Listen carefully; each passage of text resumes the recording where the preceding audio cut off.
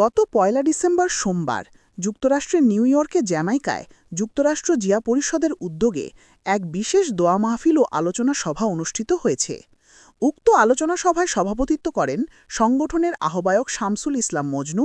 সার্বিক তত্ত্বাবধানে ছিলেন সংগঠনের সদস্য সচিব জনাব জাকির হাওলাদার এবং অনুষ্ঠানটি সঞ্চালনা করেন প্রফেসর সাইদ আজাদ। আনুষ্ঠানিকতা আমাদের অবশ্যই করতে হবে, ঠিক আছে, আমরা করব, কিন্তু যেটা কাজে লাগবে, যেটা পারফেক্ট এবং যেই দোয়ায় কাজ হবে, সেটা হলো নামাজের পরে নির্লিপ্ত ভাবে নিরিবিলি ভাবে আল্লাহর কাছে কায়মনকে দোয়া করা।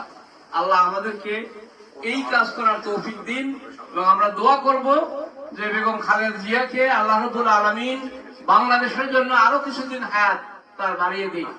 বাংলাদেশের এই সংকটময় মুহূর্তে তার নেতৃত্বের যথেষ্ট প্রয়োজন রয়েছে এবং আমরা অপেক্ষা করব এবং আমরা আল্লাহর কাছে দোয়া করব যে বাংলার এই কঠিন মুহূর্তে, এই সংকটময় মুহূর্তে আল্লাহ রাব্বুল আলামিন তাকে আরো কিছুদিন আমাদের মাঝে।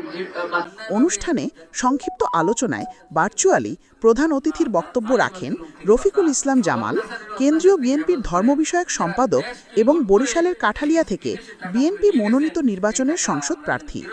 বিশেষ অতিথি টেক্সাস জিয়া পরিষদের আহ্বায়ক আব্দুর রউফ খান নবাব, মার্শাল মুরাদ, অ্যাডভোকেট সারোয়ার, যুক্তরাষ্ট্র বিএনপির প্রাক্তন যুগ্ম সম্পাদক কাজী সাখাওয়াত হোসেন আজম এবং সংগঠনের নেতৃবৃন্দের মধ্যে ভিপি আলমগীর খান, হোসেন সারোয়ার্দী, মুহাম্মদ মানিক, এডি বদরুল হায়দার তোতা, মুহাম্মদ আদনান, হারুন রশিদ ও অন্যান্যরা।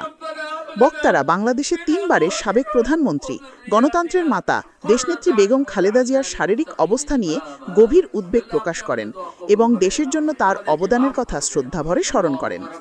আলোচনা শেষে বেগম খালেদা জিয়ার আশু রোগ মুক্তি, সুস্বাস্থ্য ও দীর্ঘায়ু কামনা করে মহান আল্লাহ দরবারে বিশেষ মোনাজাত করা হয়। মোনাজাত পরিচালনা করেন আল আরাফা মসজিদের পেশ ইমাম মুফতি হাফেজ রফিকুল ইসলাম।